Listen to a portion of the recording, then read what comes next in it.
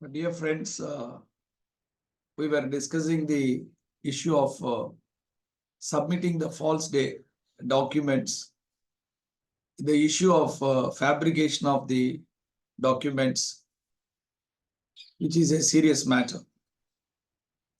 Honorable Dr. Jayachandran passed an order where the concerned person, a school teacher,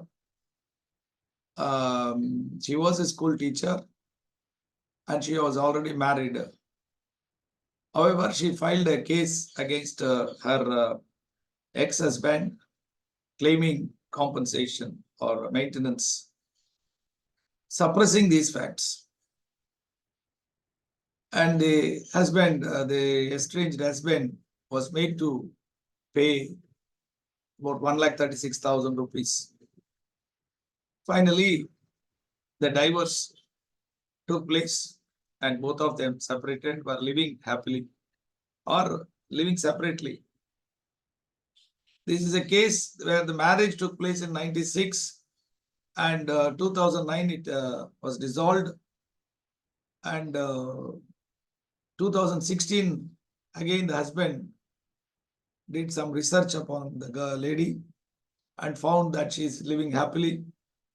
So he did again research on, got the information that she was working and earning income, but she declared that she is not working and had no income, and also suppressed the fact that she was a married lady. So he filed a case, and the court concerned under section 340 directed, took cognizance at the prima facie stage and ordered for inquiry.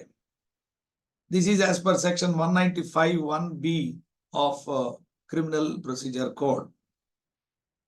Taking cognizance. Here, whenever you are making false statements, suppressing the evidence, it impacts the administration of justice, because the learned judge, based on the evidence available, believing that this is the information, he will pass the order. That means it is the court is aggrieved party. That is the concept. It is a court that is aggrieved party, and therefore the legislature wanted to avoid the frivolous litigations. In the expedient, in the interest of justice, it's not just the fact of the case is that they have done the wrong, but there is something more to be established, and being a discretionary jurisdiction. So in this case, the learned judge, after going through everything, finding that my lady committed a perjury, attracting 191 and 193 of the code, criminal procedure, IPC, Indian Penal Code, as per the procedure laid down under 340 subsection 341 here. 340 is the magistrate, that magistrate took the case, right? Then the court felt, they tested the expedience in the interest of justice was the ground, and they felt that there is why there is a continued litigation. Already so many years they were fighting, and so much of disturbance, not only to them, they know frustrated minds all the time fighting. It also burdens the court, and by punishing her, what is the benefit that court, the society will, what is the impact on the society? Suppose if a murderer is let out, that will be a serious effect on the society. That part is well. Now came the judgment of Honorable Smsubramaniam, Justice. Honorable SMJ, in his judgment, that is widely published. And here what happened from the judgment is writ petition 5399 of 24. I'll just read out the facts. The learned judge wrote like this. The writ petition has been filed challenging the order or rejecting the application submitted by the writ petitioner seeking legal heirship certificate for the deceased Marna Gowder. The facts I'll tell you, then I'll read out. Here it is Dr. Jayachandran's case. He did not, Lordships did not considered it fit to order an inquiry, even though he found them guilty. In the interest of justice, expedient, in the interest of justice, administration of justice, public interest. This is a second stage only we have to cross. For a person who is filing the case of perjury, it is a 7 years punishment in a dangerous case. And what the court is doing is the preliminary inquiry. Right. So I'll just brief you this case, in this writ petition. The petitioner claiming that he is the only legal heir of his deceased father. And the fact of the matter is there are 4 siblings.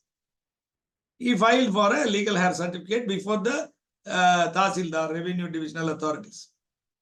This is covered under section 195 1A, making false statement before a public servant. It is a punishable offense, no doubt. Now, that person checked up and then found that this man is made a false statement on the affidavit. He dismissed that. He rejected the granting of it. Now this person strangely filed a writ petition. Must be through a lawyer. That's what we understand. That point will come to that later. So he came before the court. And the court said, why they have rejected? Lordship's SMJ said, why you have rejected it? Then the public prosecutor clearly said that this man is actually made a false statement. 4 siblings are there, but he claims to be one person. And that means he wants to corner the entire property belonging to the other 3 also. So there is a malafide intention. With some illegal knowledge, this man has come before us. Therefore, it is a serious offense. And therefore, he dismissed. And Honorable SMSJ, Smsubramaniam, being a criminal process, this is appointed one public criminal side lawyer, public government pleader, to tell him what exactly is he was disturbed. We know that Honorable SMJ is very much conscious about the society. After Justice Krubakaran, the amount of service this to the executive, against the executive, who are not doing service to the society, they were very strong, hard on this. So that was the case. So the lordships recognized this menace. Because not that this gentleman alone is doing. Everybody is doing like this. So he wants to put an end. So first he appointed the public prosecutor. And the public prosecutor came and said, government pleader, and he gave a number of punishments which are available under the penal law. And then the lordships have ordered for all the people to 5 weeks time given to initiate. Actually, my humble submission would be, the procedure code is there. When somebody files such false statement, 195 1A. Read with 191 and 193 of Indian Penal Code. Now, this man came to writ court. That means in writ court also he has made a false statement. Dismissal is challenging revenue authorities, certiorari, writ of certiorari.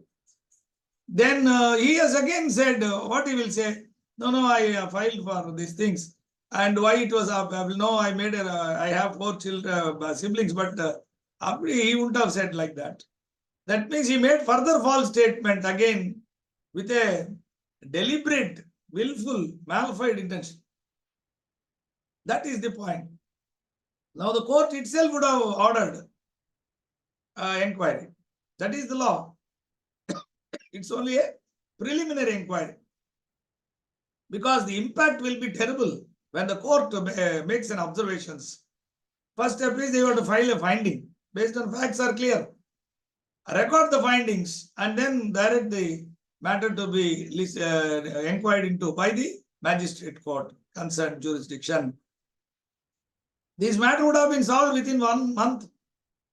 And when the person is punished, then that will send a lesson to the entire people in villages and other places. This will be rampant because some people have little knowledge, others don't have.